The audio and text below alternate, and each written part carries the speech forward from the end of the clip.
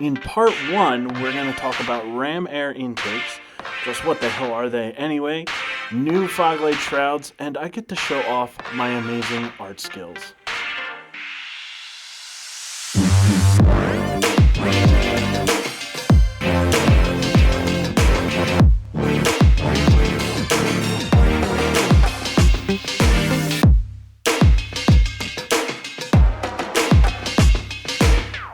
So on today's episode, we're going to go ahead and take a fog light shroud that looks like this and put a mesh behind it. Now let's quickly talk about why I'm doing it and then who I think this will benefit. So I'm doing this because I like the idea of function over form. Right now, there's form. When you talk about that shroud that's currently in a stock C5 Corvette, it's blocked off. There's no air flowing behind it. It's purely there for form, and I think it looks fantastic. But I also like the idea that I could open it up and possibly create more airflow. Now, will this lead to lower engine temperatures? Probably not. In the grand scheme of things, I don't know what type of benefit or if I'll see anything at all that will benefit me going forward doing this, but nonetheless, I think it's a fun project and something I wanted to do. Once I started thinking about it, I definitely wanted to do this. Now, there are other options out there. You can certainly go with the Z06 style, which has a flush mounted mesh towards the front of the Corvette. I just don't like the way that looks. That's my personal preference. I like the idea that it's open, wide open, and that kind of open void there is iconic to me. From the C4 to the C5 era. It's just something I like. So I want to keep this looking as stock as possible. And I thought if I went with one that is wide open like this and put a mesh behind it, it will definitely do that. The mesh will be there to prevent debris from flowing back into the engine bay. It's not 100%. Obviously, blocked off is 100%, and there's nothing going in there, not even air at the moment. But this will allow air to flow and block a lot of the larger debris getting back in there where it could wreak havoc, really. So that being said, who do I think this would benefit the most?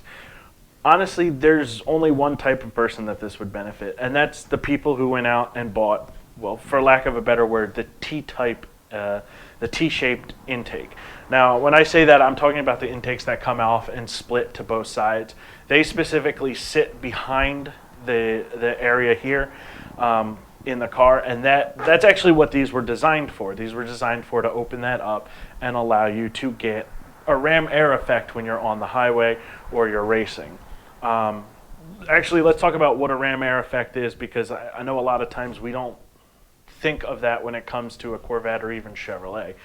Ram air just means you're forcing air into an intake of some sort due to speed. That's all it's based on. When you talk about ram air on the Pontiac Firebird, it's that scoop in there that's just pulling air in because you're moving. That's all ram air actually means. It literally means you're ramming air.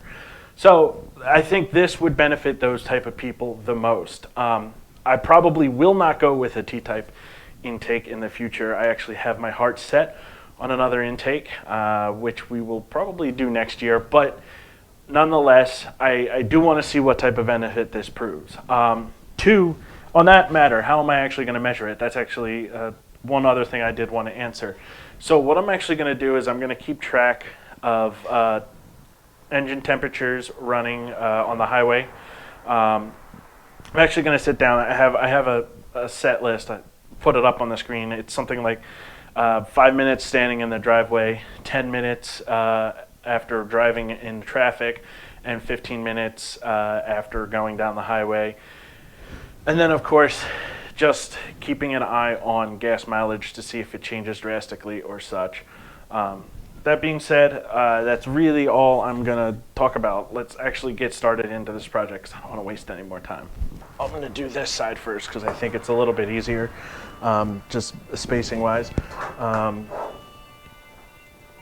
going to take my wire mesh and I'm going to lay it down on the back here. Now, if you look at these, there is an opening over here. I'm not going to block that opening. I'm not 100% sure if I need it at the moment, but I'd rather be safe than sorry. Of course, I do have fog lights, so I am obviously not covering the fog light opening. But I'm just gonna take the mesh, I'm gonna go and I'm gonna lay it across the back here. Now I'm gonna gently conform it a little bit to the part. I'm not gonna do a full, I'm not gonna fully conform it. I'm just gonna gently bend it a little bit. As you can see, this is what I came up with. So something very simple. And I'm gonna take a silver Sharpie. Now I am using black. If you're using silver mesh, you may wanna use a black Sharpie. But I'm gonna use a silver Sharpie, and I'm just gonna go around and outline what the general shape of the opening is.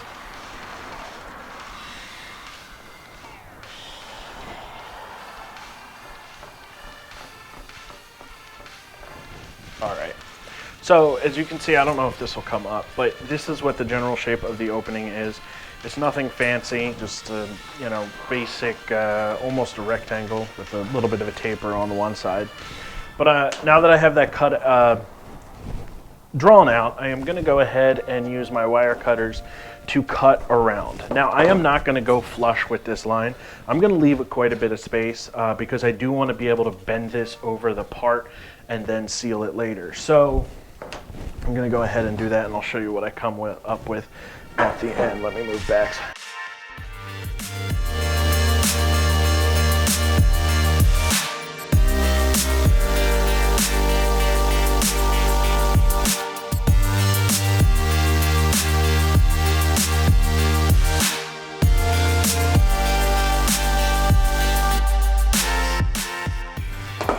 All right, so again, I'm not sure if the silver will show up very well. I'll have to see in post, but you can see I pretty much cut out a square. Obviously not perfect down at the bottom, but that doesn't really matter. So not perfect at the top either, but that doesn't really matter because all that's gonna get hidden behind the part. But as you can see, the silver is nowhere near the edge, and that's because I am gonna bend this. Now, I bought this mesh on Amazon. It may be because it is a cheaper mesh that it seems when you bend it really far, like almost 90, it tends to break. So if you're using a higher quality mesh, you may not run into that problem. But when I was playing with this just a little bit earlier, just to kind of get used to it, that's kind of what I ran into. Now I'm gonna try and make this as flat as possible. This obviously does have a bit of a curve to it, so I am going to worry about that later on, or once I get it on there. But for now, I'm just going to try and get it fairly flat. So I'm just going to make sure everything still lines up, and I'm going to gently kind of contort it a little bit to the part again. I guess I didn't have to really straighten it out then. But then I'm going to take these sheet metal benders, and I'm just going to gently bend.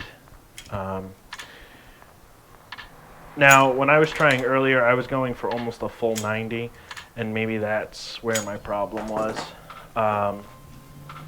That being said, we'll see how it works this time. So, in the corners, what I'm going to do is I'm going to cut a section out of the corners. Because otherwise you're going to run into an issue where it just doesn't seem to bend very well in the corners. You're trying to kind of make two 90-degree bends at each other, and it's just almost 90 degrees, I should say. So I'm just going to cut out a bit of a square like that. And I'm just going to go ahead, better do the bottom as well. Yeah. That will do. I'm going to go ahead and bend this as well. So you're going to end up with something that looks a little bit like this. I'll try to rotate around so you get an idea. And my silver is facing me so that when I put it over, you will not see any of that silver. So that's kind of where I'm at the moment. What is next? Next is we're going to place it on here. I'm going to then just adjust the metal a little bit so that it fits better. As you can see, I'm running a little wide over here. This is a little big, so I'm just gonna kind of bend it a little bit more to fit better. I'm gonna cut this corner a little bit more. And that way we can get kind of a third bend going on in here. This will kind of contort a little bit to that.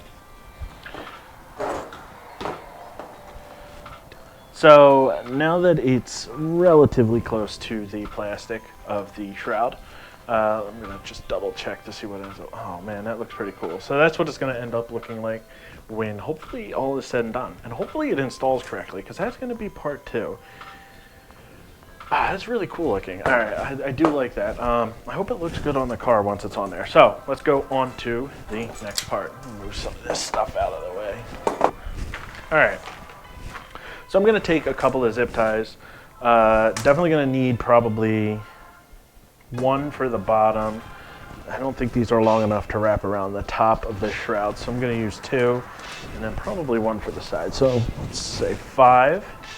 And what we're going to go ahead and do is thread it through the mesh itself, and we're going to just zip tie the mesh to the part. Now this is a temporary, I'm going to double the length of this. This is a temporary, sort of a temporary thing, because we are going to actually glue this part to the shroud. We're going to glue the mesh to the shroud.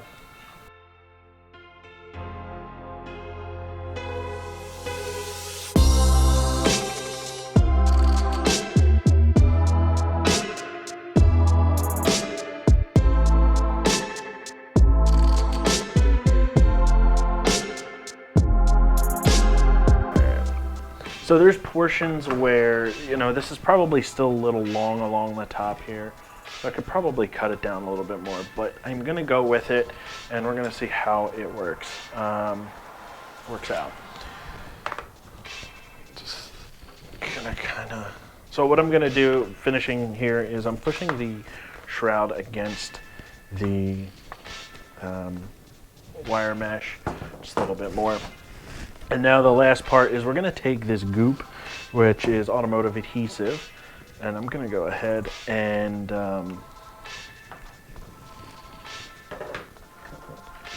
kind of just go along the edges here.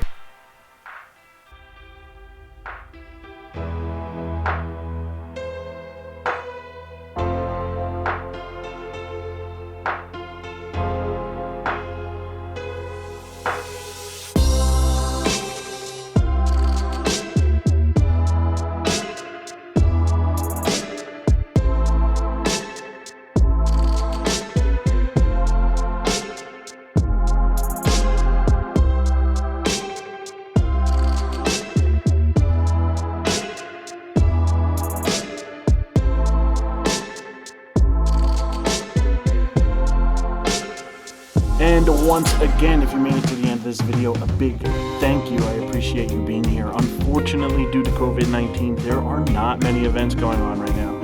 So there's nothing in the top left-hand corner for you to check out.